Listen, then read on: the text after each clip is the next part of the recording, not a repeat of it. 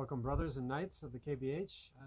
We are continuing on our theme of male dominance, male power, and reestablishing the patriarchy to disestablish the gynocentric society and to form groups and make a cult, to make something that really happens. And in this theme of male power, male dominance, is hair. It seems like maybe it's not related to anything. We're just talking about fashion. It is not just about fashion. Hair is very, very important. Hair is an important part of your design, the way that Yahuwah designed you to thrive and exist. So why does it automatically come to mind that hair is unimportant, or you could just cut it off or style it the way you want? Because we are in end times. We are in a satanic controlled society, and we have been programmed to hate our hair, hate our masculinity, hate who we are.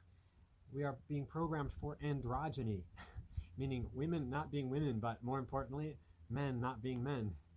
And the lowest common denominator being easy when there's lots of pollution, when there's lots of too much suffering, too much when there's too much suffering, physical suffering, illness, sickness, disease.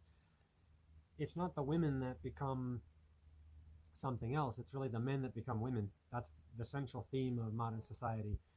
Women can take a lot of estrogen and they can handle it usually, but when men get a lot of estrogen, when they get their hair cut off, when they're programmed the way they are in school, they become more feminine. So it's much easier to cut things down than to make shorter things grow up. And it's much easier to cut off body parts that are outside the body than to cut body parts that are inside the body. So men are much more often victims of being cut down, reduced. And we are in the end times of sodomy and cross-dressing. So we see that now we are, as a people, infertile. We're not producing enough children. We're not producing enough goodness in the world. Cleanliness, beauty. Things are dirty and ugly and out of order.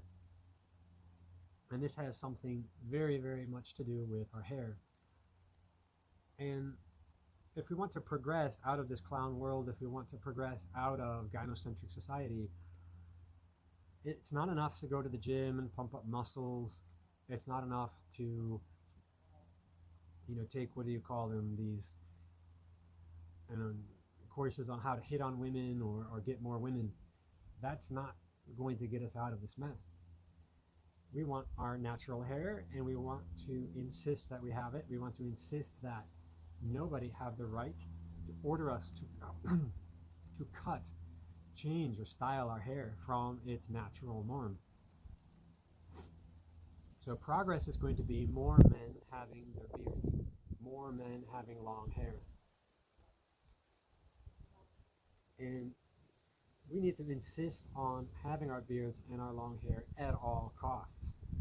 Your beard and your long hair in this modern world, the clown world, when you are under threats by your boss, under threats by your mother, under threats by your school, you must shave, you must cut your hair. Your resistance against that requires courage.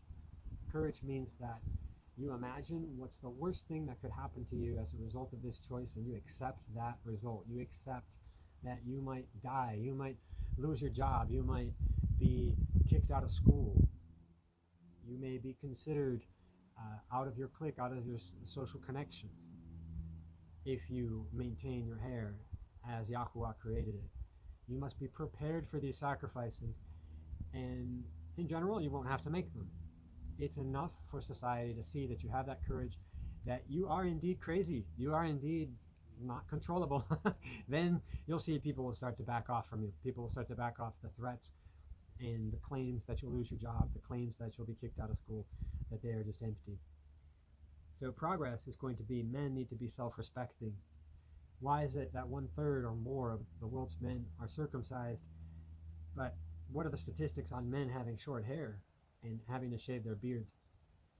They are very, very shocking statistics. Men need to progress to respecting themselves. Men need to respect themselves. They need to say, I am a man, you cannot touch me, you cannot modify my body. It is no different than refusing to be tattooed. What if your boss said, we're going to put a tattoo on your body? Would you accept that? It's mutilation, it's body modification. Your hair, your beard is part of your body, and it is especially a part of your gender, a part of your sexual identity. Very, very important stuff. So we will have a return of male power and the patriarchy only when a significant number of men resist temptation, resist the orders to cut their hair, to shave their beard. The man with a beard is widely recognized as being a free man. When society sees him with everything he has, no matter what they say, the way they react is that they recognize him as being a free, independent agent. And that's why throughout history, powerful men, influential men, for better or worse, for good or evil, have been men with their beard and their long hair. So very difficult to imagine Socrates without a beard. Very difficult to imagine influential philosophers, influential warriors, etc., ever being just pussified, shaven, castrated males. And I think it also would represent the man being protected. So the man is protected from temptation, protected from female invasion, and this, by definition, helps him return back to power.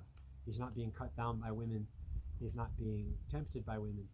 This is why when you begin to maintain your beard, a lot of lusty women will complain to you. Oh, you looked better when you didn't have a beard. You looked better. You were more sexy. You were more fashionable.